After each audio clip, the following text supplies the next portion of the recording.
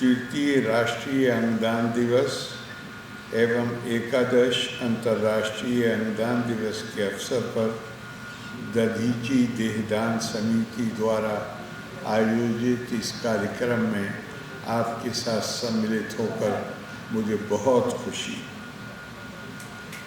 आज ये समारोह बिहार के पूर्व उप मुख्यमंत्री एवं समिति के तत्कालीन मुख्य संरक्षक श्री सुशील कुमार मोदी जी को की स्मृति में समर्पित है और मैं उनकी स्मृतियों को नमन करता हूँ। मैं बहुत विस्तार में नहीं जाऊँगा, आपको पूर्व वक्ताओं ने बताया है, ये भी बताया है कि इस समिति का नामकरण की पृष्ठभूमि क्या है, जो उन सब के लिए जो जिनके इस बारे में कुछ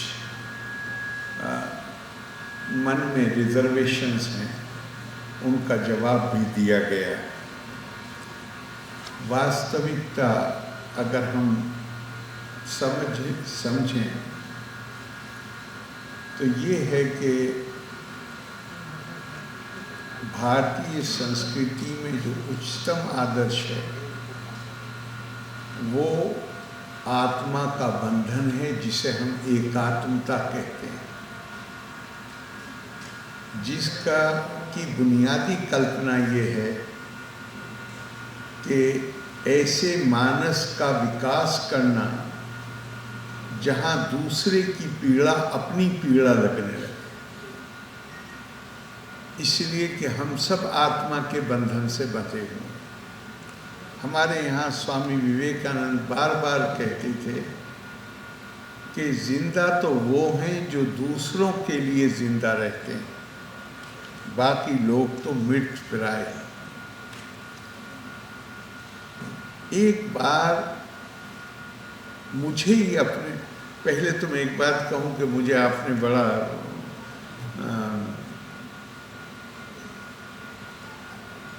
धन्यवाद दिया या कुछ। मेरा ये देहदान का फैसला आज का नहीं, 20 साल से भी ज़्यादा पहले मैंने दिल्ली में दस्तखत किए थे,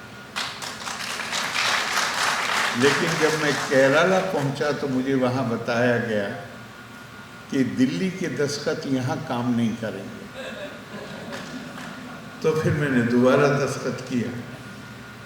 तो अब मैंने खुद से, जब विमल जी बात कर रहे थे तो मैंने खुद से ही सोचा कि केरला के दस्तखत यहाँ काम नहीं करेंगे।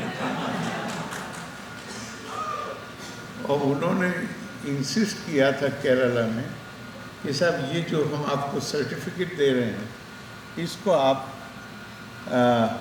जो हमारा विजिट वेटिंग रूम था, उन्होंने खुद ही जगह सेलेक्ट की थी कि यहाँ पे इसको लगवा दीजिए, वो वहाँ लगवा भी दिया था।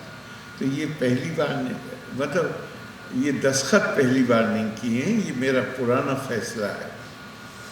और मैं आपसे कह रहा था कि हमारे यहाँ एक, हमारे ऋषियों ने, हमारे मुनियों ने एक सवाल बार बार किया है और हमारा पूरा दर्शन उसी सवाल के प्रश्न के उत्तर से भरा हुआ। मेरा वास्तविक स्वरूप क्या है, मैं कौन हूँ, क्या मैं ये शरीर हूँ? और सब एक ही जवाब देते हैं कि जो चीज़ लगातार आहिस्ता आहिस्ता नष्ट हो रही है वो केवल माया है, और सत्य वो है जो कभी नष्ट नहीं हो सकता। तो उनका ये शरीर, शंकराचार्य ने, आदि शंकर ने बड़ा सुंदर जवाब दिया है। मनोबुद्ध अहंकार चित्तानि नाहम न चा श्रोत्र जीवे न चा घिराण नेत्रे न चा व्योम भूमिर न तेजो न वायु चिदानंद रूपा शिवो शिव। जिसका अर्थ है कि मैं न तो मन हूँ, न बुद्धि हूँ, न अहंकार हूँ, न स्मृति हूँ। कान, जिह्वा, श्रोत्र जीवे, घ्राण नेत्रे, नाक आँख, आकाश भूमि तेज वायु, ये मैं कुछ भी नहीं हूँ। तो इन्हीं से मिलके तो मेरा शरीर बना। तो कहें ये मैं हूँ ही नहीं। क्या है, क्या हो? चिदानंद रूपा शिवोहम शिवो। वो कौन है? आत्मा। फिर अगले में इसी तरह और बहुत से प्राण नहीं हूँ, पंचवायु नहीं हूँ, पंचकोश नहीं, सप्त धातु नहीं हूँ, पंचकोश, वो जितने एलिमेंट्स और जो हमारी बॉडी की के फंक्शंस, हर चीज़ को मना किया, ये मैं कुछ भी नहीं। ये शरीर तो केवल वाहन है मेरे उस वास्तविक स्वरूप का जो मैं हूँ। तो जब मैं जो चीज़ मेरी है ही नहीं उसको मैं दान कैसे कर सकता हूँ? वो तो मैं मानता हूँ कि यह अधिकार समाज का है कि समाज उसे ले। मेरी मर्जी को भी दखल नहीं होना चाहिए। मैं हूं ही नहीं। और इसके पीछे वही भावना है, अहंकार से मुक्त करना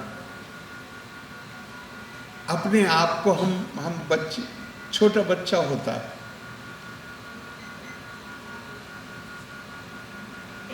हम सब कुछ दूसरे दोष भी हैं, लेकिन कुछ सद्गुणों के साथ पैदा हुए। हर व्यक्ति बच्चा पैदा होने के बाद केवल माँ को पहचानता है, और जब थोड़ा बड़ा होता है तो उसे ये भी अच्छा नहीं लगता कि बाप माँ के नज़दीक आए। आपने देखा होगा YouTube पे बहुत सारे क्या कहते हैं उसको, क्लिप्स, क्या रील्स हैं, क्लिप्स, जहाँ बच्चा बाप को धकेलता है।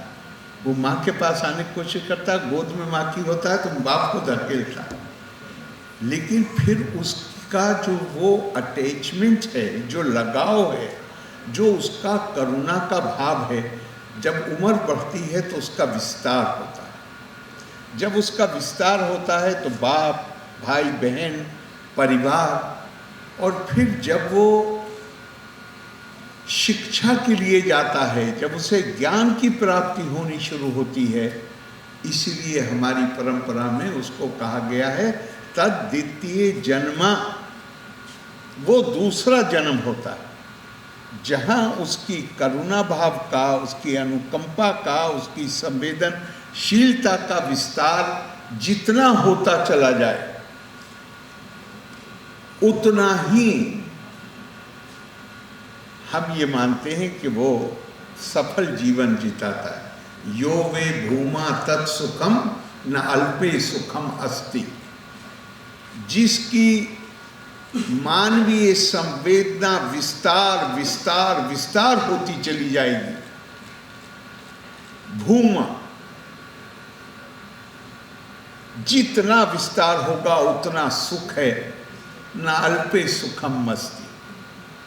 छोटे मानस से कभी सुख प्राप्त नहीं होता। मैं कहता हूँ वो माँ बाप जिनको ये सदमा झेलना पड़ा, ये शोक हुआ कि उनका जवान बेटा बेटी की अकस्मात मृत्यु हो गई, या जैसे डॉक्टर साहब प्रयोग कर रहे थे शब्द ब्रेन डेड, और उन्होंने हिम्मत के साथ ये फैसला किया कि उसके के शरीर के विभिन्न अंगों का उन ज़रूरतमंदों के लिए इस्तेमाल हो जाए, और वो हो गया। तो उस वक्त तो बड़ा हिम्मत का काम था जिस वक्त उन्होंने फैसला किया। कहीं ना कहीं उन्हें ये संतोष नहीं होता होगा कि हमारे बेटे की किडनी काम कर रही है किसी के शरीर में, उस रूप में वो जिंदा है। हमारे बेटे की आंखें किसी और की आंखें बन गई हैं, उस रूप में हमारा बेटा जिंदा है।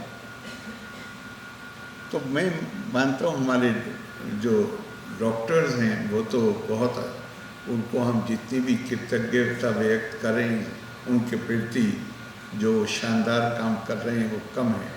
लेकिन समाज में चेतना पैदा करें, ये हम सबका दायित्व है। और जितना ज़्यादा से ज़्यादा हम इस बात के लिए लोगों को प्रेरित कर सकें, इसलिए कि जैसा मैंने शुरू में कहा, ये तो अब जब जीवन जीते हैं उस वक्त भी हमें सिर्फ अपने लिए जीने का अधिकार नहीं है, हमारे ऊपर औरों का भी अधिकार है।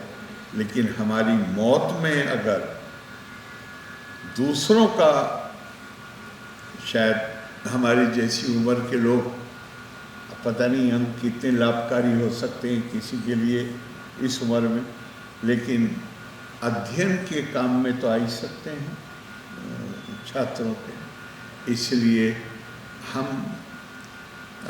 अपने आप को, जहाँ बहुत सारे काम करते हैं हम उसमें ये भी काम को अपने कामों में शामिल करें कि हम समाज में ये चेतना पैदा करेंगे जिसमें देहदान के लिए, नेत्रदान के लिए, अंगदान के लिए लोगों को प्रेरित करेंगे।